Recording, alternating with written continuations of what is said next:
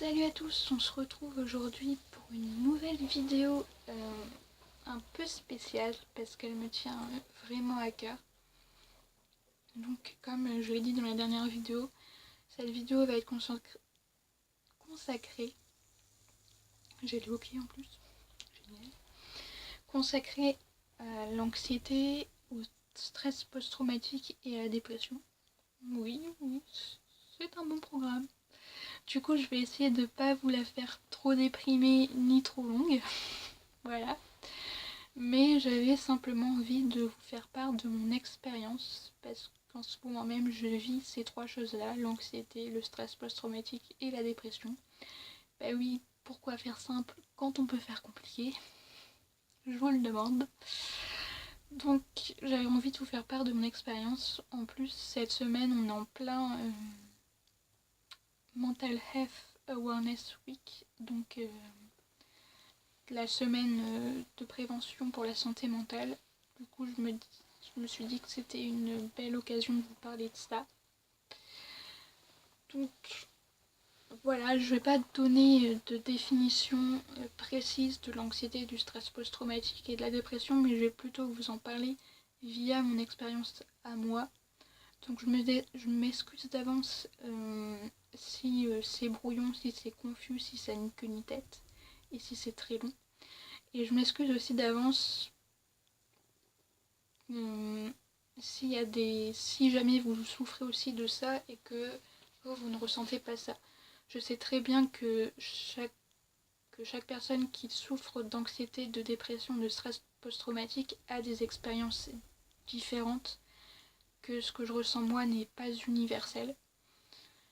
Et du coup, voilà, je préfère vous prévenir avant. J'espère aussi que cette vidéo va aider des gens à prendre conscience qu'ils ne sont pas seuls, à aider des gens aussi à comprendre que la santé mentale c'est du sérieux et que l'anxiété ce n'est pas une chose à prendre à la légère, la dépression non plus. Et si ça peut aider à faire conscience, si ça peut aider des gens à avoir connaissance de ça, c'est pas plus mal. Voilà. Donc moi, comment ça a commencé? Ça a commencé parce que j'ai pas eu les trois en même temps. J'ai eu les trois l'un après l'autre. Ça s'est rajouté petit à petit. Ça a commencé par l'anxiété qui s'est déclarée en classe de seconde. Parce qu'avant, j'avais toujours été timide et très introvertie, mais pas angoissée. Et là maintenant, je suis timide, introvertie et très angoissée. Donc en fait, mon anxiété est apparue en classe de seconde, comme je disais, parce que suite à du harcèlement scolaire. Je suis tombée dans une classe qui visiblement ne m'appréciait pas trop, et qui me le faisait bien savoir d'ailleurs. Donc c'était du harcèlement physique avec des coups de coude et des croche-pieds dans les couloirs et dans les escaliers, mais aussi beaucoup de harcèlement verbal. C'était des moqueries, c'était des insultes, c'était je te stresse juste avant le partiel pour que tu fasses une crise d'angoisse et que tu rates ton DS. C'était vraiment voilà. Et ça a été une année très dure pour moi. Ça m'a vraiment, comme je dis, ça a déclenché mon anxiété et ça m'a mise à terre complètement.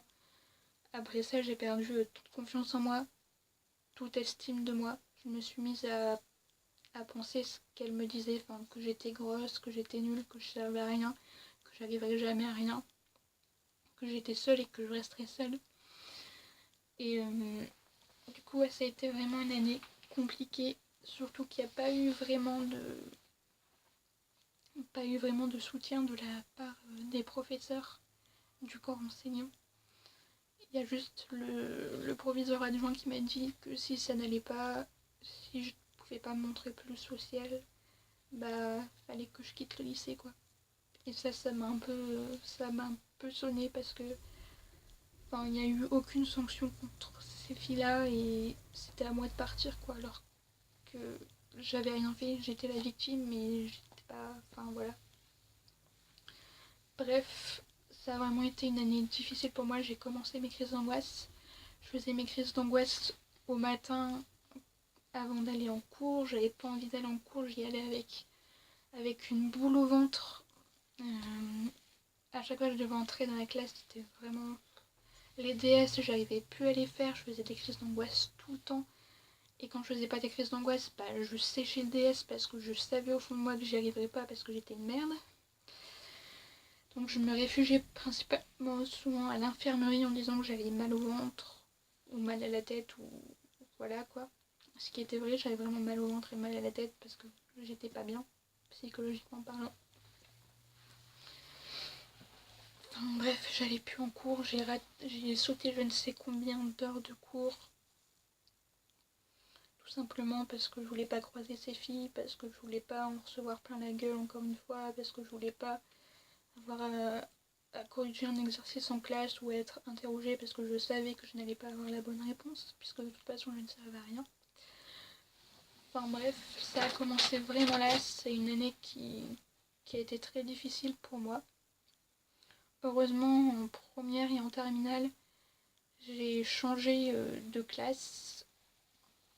J'ai réussi à me faire des amis, dont une qui est toujours ma meilleure amie aujourd'hui, que j'adore parce qu'elle est juste géniale. Voilà, elle se reconnaîtra. Et, mais même si j'avais changé de classe, l'anxiété était déjà installée. Donc je continuais à faire quelques crises d'angoisse pour les contrôles parce que j'avais perdu confiance en moi quoi. Et les contrôles maintenant ça me faisait peur, ça me faisait vraiment peur. J'ai commencé à me mettre une pression énorme sur les épaules pour les notes. Enfin, je voulais avoir les meilleures notes possibles.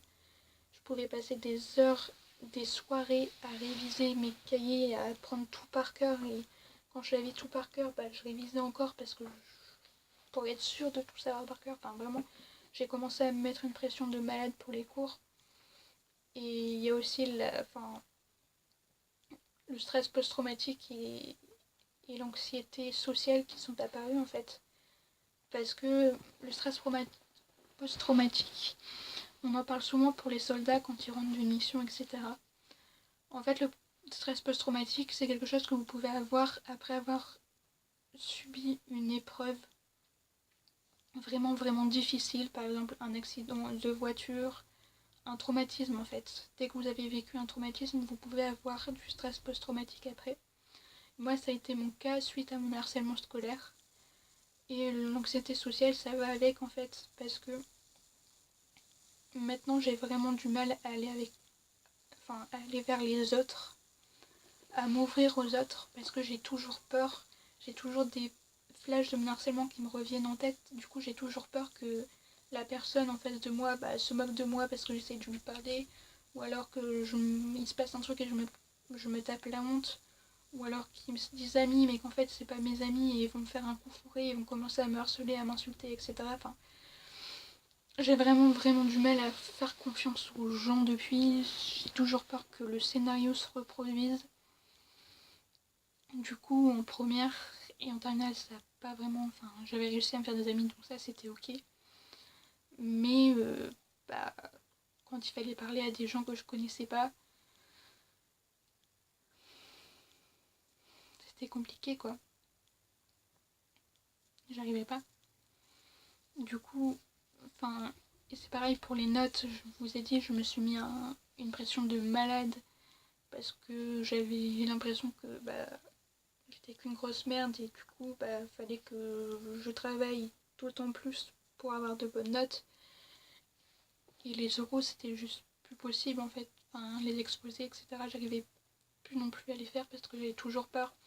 Toujours ces flashs de mon harcèlement et donc toujours peur qu'il y ait quelqu'un qui se moque de moi pendant mes exposés ou que je me tape la honte ou que j'ai faux ou qu'il se passe un truc. Voilà. Donc, mon anxiété sociale, mon stress post-traumatique ont vraiment été présents ces années-là. Ils sont toujours présents, même si j'essaye de plus en plus d'aller vers les autres, d'aller dans des lieux inconnus, de parler à des gens inconnus. Et voilà, et en fait, aussi, ce qui s'est passé aussi à mon anxiété, c'est que, première terminale, c'est vraiment le stress post-traumatique et l'anxiété sociale. Mais ce qui s'est passé à un moment aussi avec mon anxiété, c'est qu'elle s'est généralisée. Je vous disais au début, c'était juste les cours. Je mettais une pression affolante pour les cours et les gens. Maintenant, c'est tout. Mais genre vraiment tout. Elle s'est étendue à tout, elle s'est généralisée.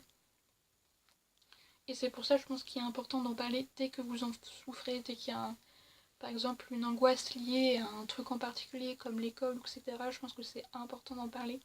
Parce que sinon, si vous ne parlez pas, si vous gardez tout pour vous, votre anxiété a tendance à se généraliser petit à petit. Et aujourd'hui, moi, c'est ça. Enfin, j'ai peur de tout. J'ai peur, par exemple, des imprévus.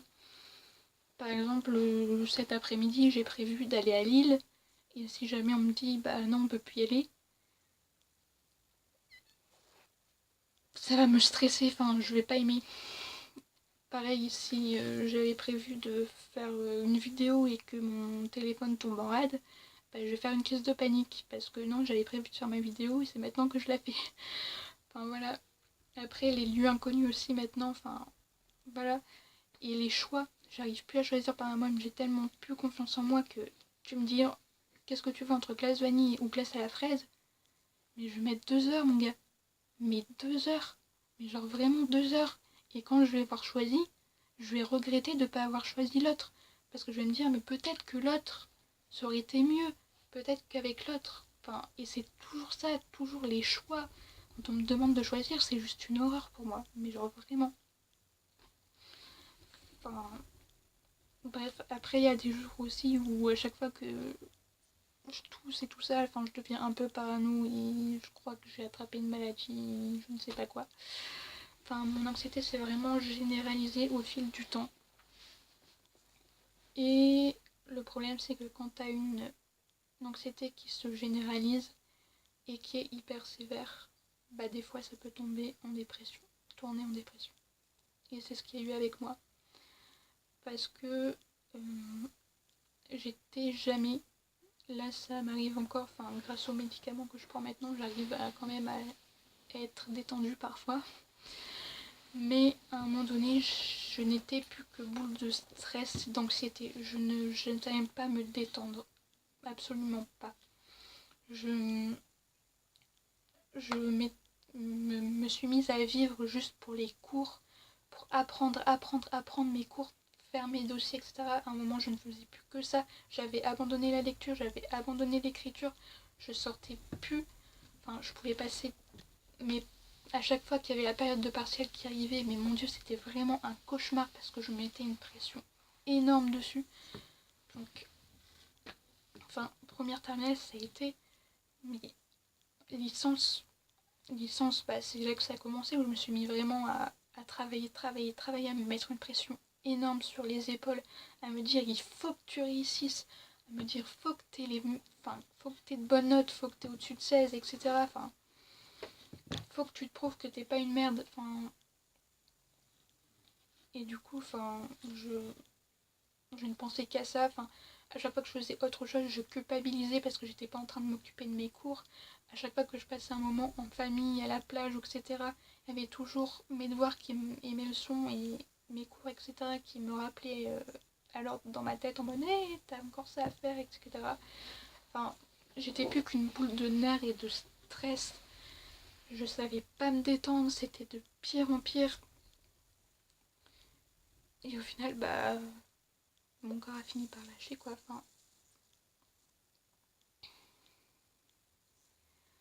Enfin, première et deuxième année de licence, ça a été encore que deuxième licence, il y a eu des signes avant-coureurs. Parce que en fin de deuxième année de licence, je me suis vraiment sentie mal. Je pleurais pratiquement tous les jours. Je supportais de moins en moins la pression que je me mettais pour les cours. Ce qui est normal parce que quand tu te mets une pression pareille, voilà. Du coup, il y a des moments où je supportais plus les cours, il y a des moments où je venais plus en cours. Il y a des moments où je devais sortir de cours pour aller pleurer dans le couloir parce que ça allait pas. Il y a des moments où je me cachais à la BU parce que je voulais pas aller en cours. Enfin, je me suis vraiment pas sentie bien à ce moment-là. Et c'est vrai que les vacances d'été, ça a vraiment été pour moi une libération. Parce que il n'y avait plus de fac. Et voilà, ça a été beaucoup mieux. Enfin, je me sens toujours mieux en vacances d'été parce qu'il n'y a pas les cours, il n'y a pas cette pression là sur les épaules, etc. Du coup, l'été, je suis revenue à la fac en septembre en étant un peu mieux. Mais bon, on change pas les bonnes vieilles habitudes. Du coup, en L3, je me remettais de nouveau une pression de malade sur les épaules pour arriver à je ne sais quoi. Et j'ai de nouveau abandonné mes loisirs au profit du travail. Et quand je ne travaillais pas, je faisais des crises d'angoisse. Et quand je ne faisais pas de crises d'angoisse ni ne travaillais pas, je dormais parce que j'étais épuisée. Voilà. Et mon épuisement moral a fait que en L3, là encore, en fin d'année, j'ai craqué aussi, j'y arrivais plus. J'ai commencé à aller voir un psy de la fac, mais comme moi les psys, j'ai vraiment du mal à parler de moi. Du coup le psy c'était compliqué, mais je me forçais quand même à y aller. Et après les vacances d'été, il n'y avait plus la fac, donc ça allait mieux en fait. Et mais le problème c'est que après ma licence, comme j'en avais marre, etc., j'avais pensé faire un service civique ou un truc du genre, sauf que j'ai pas osé parce que j'avais peur de la réaction de mes parents et de mon entourage, mes parents et mon entourage qui disaient que j'étais la plus intelligente de la famille et que c'est mon chien qui rêve et c'est cauchemar parce qu'il n'y a pas de très bien. Enfin bref, ma famille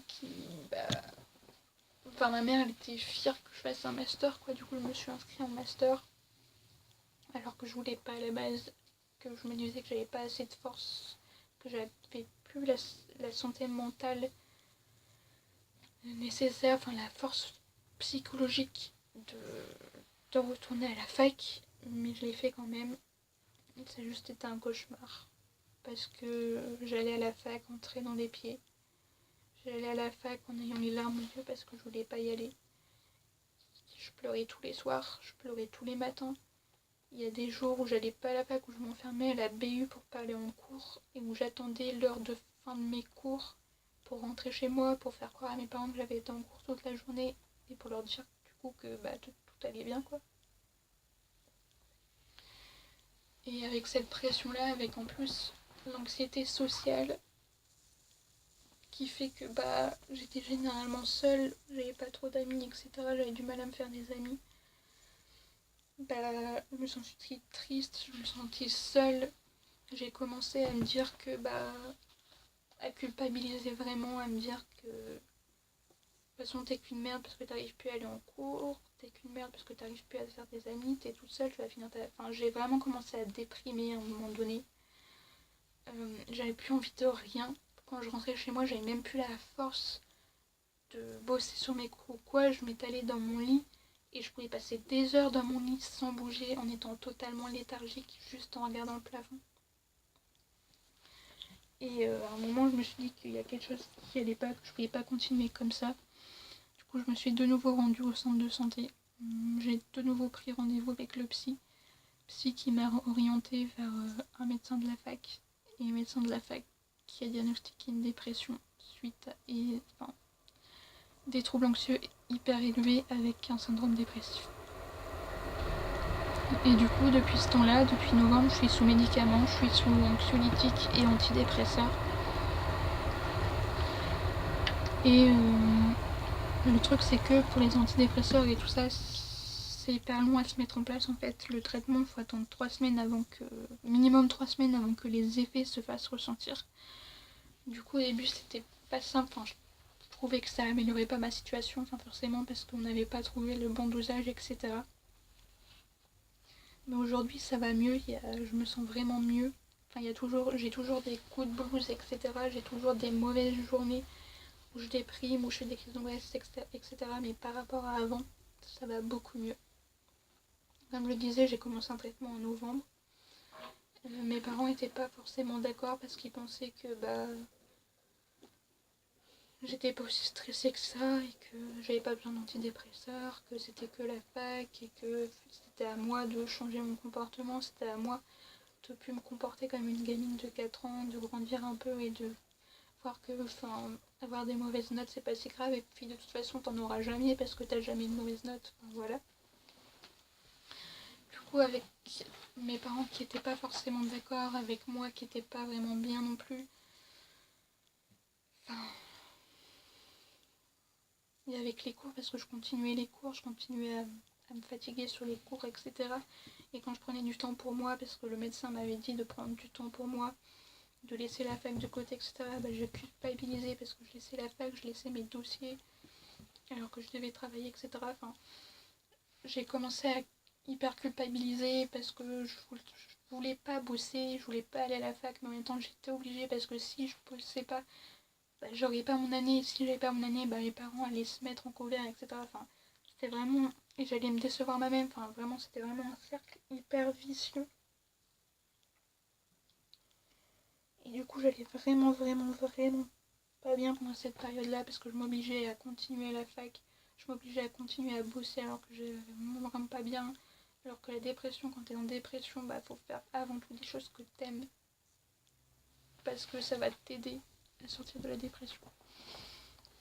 Et comme j'étais dans une période où je culpabilisais beaucoup parce que je laissais la fac entre parenthèses, parce que j'allais pas bien, etc. À un moment, j'ai craqué. Mais genre vraiment. Je crois que j'avais tellement de souffrance en moi que, il y a un... Il y a un week-end où j'ai juste eu des pensées de mort, mais pendant tout le week-end, tout le week-end, j'ai eu tous les scénarios possibles. Et du coup, du lundi, j'ai craqué. J'ai essayé de me jeter du 3e étage des escaliers de ma fac. Il y a une fille qui m'a rattrapée juste à temps. Que je remercierai jamais d'ailleurs. Jamais assez d'ailleurs, parce que elle m'a sauvé la vie, quoi. Mais même cette tentative de suicide, pour moi, c'est comme si mon corps avait été dans un état second. C'est comme si mon corps était passé en pilotage automatique. Je ressentais plus rien, je ne pensais plus rien. J'étais juste fixée sur ça, sur le fait de sauter, et puis voilà. Et je me suis rendu compte de ce que j'avais essayé de faire que quand j'étais dans la salle d'attente pour aller voir un psychiatre. Parce que j'ai été vraiment dans un état second et tout ça. Et en y repensant,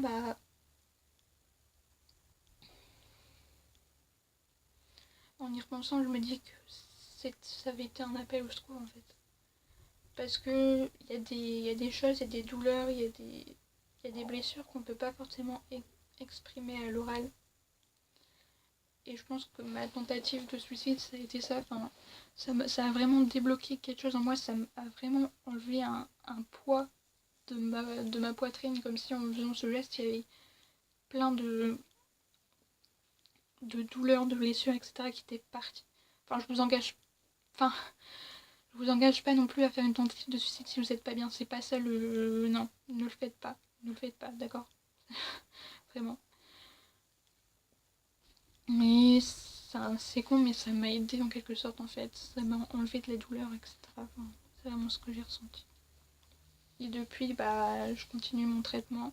J'ai commencé aussi de la psychomotricité avec de la relaxation. Et d'ailleurs, la relaxation au début c'était difficile. La première séance, j'ai même pleuré parce que se relaxer pour moi c'était vraiment quelque chose d'assez impossible à faire habituellement. Du coup, c'était vraiment dur pour moi. Mais là, ça va mieux et ça me fait beaucoup de bien. Pour rien au monde, je ne raterai une séance, franchement. J'ai arrêté aussi la fac depuis ma tentative de suicide, je suis pas retournée. Et ça aussi, ça me fait du bien, ça m'a enlevé un poids inimaginable. Et je me suis aussi rendu compte que j'avais besoin, pour sortir de ma dépression, j'avais besoin de me sentir utile, de me ressentir de nouveau, d'avoir de nouveau de l'estime de moi que j'ai perdue depuis la seconde, d'avoir de nouveau confiance en moi, confiance que j'ai perdue depuis la seconde aussi. de me sentir utile, de rendre service, de savoir que je peux faire des choses, que j'ai un rôle, une place dans la société. Du coup, je suis en pleine recherche pour un service civique pour toute une année de pause pour les études, où je ferai du service civique pour me prouver à moi-même que je peux être utile, que je ne sers pas à rien, que je ne suis pas une merde. Et je ne sais pas encore si je reprendrai les cours un jour. Peut-être parce qu'il y a un master qui m'intéresse, un master de création littéraire qui m'intéresse particulièrement. Mais je pense que je le ferai quand je serai prête. Je me vois pas retourner en septembre. Je préfère faire le service civique. Je me vois pas retourner en septembre à la fac. Donc on va attendre un an. Au bout d'un an, je me poserai la question si oui ou non je veux retourner à la fac. Sinon, j'ai d'autres projets en tête, comme partir un an à l'étranger ou trouver du volontariat encore une fois. Je sais pas encore. Je crois qu'il faut que je gagne de l'assurance avant, parce que si je me retrouve dans le même cercle vicieux qui est boss. Non, si je me remets une telle pression sur les épaules, je suis pas sûre de résister aussi longtemps que j'ai résisté avant. Enfin bref, voilà. Donc si jamais vous souffrez d'anxiété, de dépression, etc., n'hésitez pas à en parler. À en parler à vos proches, à en parler à un médecin, à en parler à un psychologue, même si c'est ultra difficile. N'hésitez pas aussi à accepter les médicaments. Moi au début je voulais pas. Je voulais absolument pas, mais je me dis, parce que je me suis toujours méfiée des médicaments. Je veux pas en prendre non plus trop souvent, mais je me dis que peut-être que si je les prenais pas, ce serait encore pire que si je les prenais, quoi, parce que mon traitement me fait vraiment du bien. Ça a changé la vie. N'hésitez pas aussi à faire de la psychomotricité avec des séances de relaxation. Franchement, ça, les gars, parce qu'on a souvent tendance à penser que l'anxiété, c'est avant tout psychologique, mais le corps en prend aussi un coup. Parce que vous êtes tout le temps stressé, vous avez des tensions là, vous avez des tensions là. Généralement, vous avez les épaules remontées jusqu'aux oreilles comme ça. Vous avez hyper mal au ventre. Parce qu'en fait, l'estomac, c'est le deuxième cerveau. Donc, quand vous n'êtes pas bien psychologiquement, des fois, ça peut vous faire hyper mal à l'estomac. Et du coup, votre corps souffre aussi. Et du coup, j'ai trouvé que la relaxation, c'était vraiment pas mal. Ça pouvait aussi apaiser et le corps et l'esprit. Et voilà. J'espère que cette vidéo n'a pas été trop longue et trop chiante pour vous.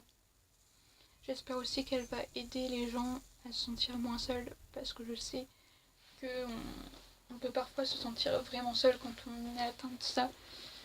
Moi, c'était mon cas avant de me rendre compte que il y a vraiment beaucoup d'étudiants qui vont voir le psy de la fac.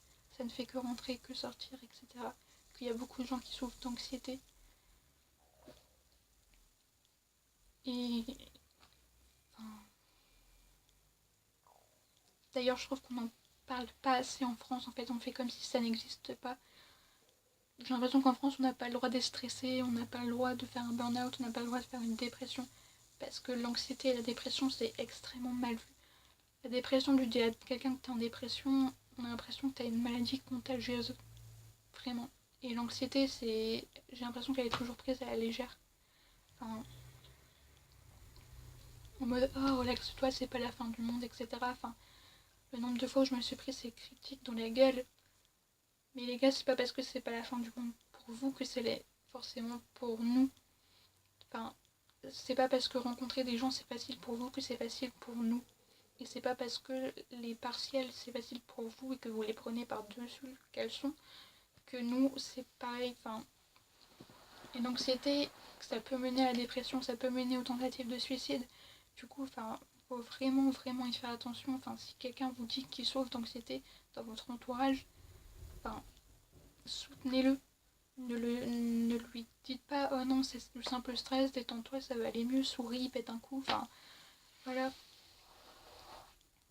Voilà quoi. Et je trouve que c'est vachement dommage qu'on n'en parle pas en France. Dans les pays anglophones, ça commence. il y a des campagnes et tout ça, et en France, que dalle. Et pourtant, l'anxiété, c'est de plus en plus présent dans notre société actuelle. Les dépressions aussi, enfin, le nombre de suicides aussi. Et pourtant, personne ne fait de la prévention pour la santé mentale. Personne, et je trouve ça triste en fait. Et du coup, j'espère que cette vidéo va un peu faire bouger les choses, que ça va faire du bien des gens, que ça va ouvrir. Parfois aussi parce qu'on en a... Des fois, on n'ose pas en parler, mais quand on se rend compte que d'autres personnes souffrent de ça aussi, bah du coup, ça nous débloque. Alors peut-être que ma vidéo va débloquer des voix et tout ça. Et si jamais vous avez besoin d'aide, n'hésitez pas, mes messages privés, tout ça, enfin, sont ouverts. Vraiment, si vous avez besoin d'aide, je peux vous donner, vous apporter du soutien, etc. Il n'y a pas de souci. Et voilà.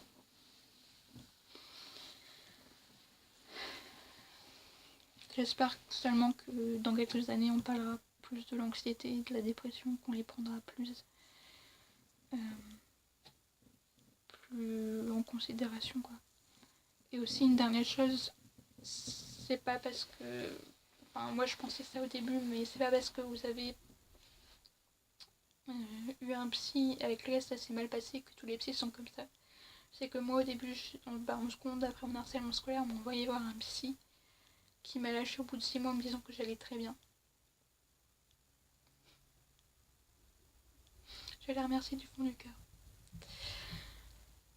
Et du coup, je voulais plus revoir un psy parce que j'étais persuadée que les psys étaient tous comme ça, que personne n'allait me prendre au sérieux, etc. Mais j'ai trouvé un bon psychologue, j'ai trouvé un bon psychiatre, j'ai trouvé une bonne psychomotricienne, j'ai trouvé un bon médecin. Et enfin, le tout, c'est de trouver les bons, quoi. Des fois, c'est difficile, parfois, il va vous falloir chercher plus longtemps. On va avoir 3-4 rendez-vous avec 3-4 psychologues et psychiatres différents avant de choisir le bon. Mais le tout, c'est de trouver le bon. Ne restez pas avec un psychologue ou avec une expérience de psychologie où on vous a rabattu les oreilles en disant que c'était votre faute. Parce qu'il y a des psychologues qui sont comme ça. Parce que après ma tentative de suicide, quand j'ai été convoquée par un psychiatre, bah, la femme, elle m'a descendue, quoi. J'ai l'impression que c'était de ma faute si j'avais essayé de faire ça, que c'était moi qui faisait en sorte que je n'allais pas, que ça allait pas chez moi, que c'était moi qui faisais pas assez d'efforts pour essayer de m'en sortir, etc. Alors que, des efforts, j'en fais tous les matins en me levant. Je pourrais très bien rester dans mon lit à dormir toute la journée. Je pourrais très bien ne pas sortir de chez moi, mais je me force à le faire. Je me force à rencontrer des gens, je me force à leur dire bonjour quand je les croise dans la rue. Je me force à aller dans des lieux que je connais pas. Tout ça, c'est des efforts. Ça me demande une énergie assez conséquente. Et voilà, j'ai pas... et le simple fait qu'elle me rabaisse juste après ma tentative de suicide, j'ai trouvé ça, mais... J'ai trouvé ça dégueulasse, Voilà, c'était mon petit coup de gueule du jour.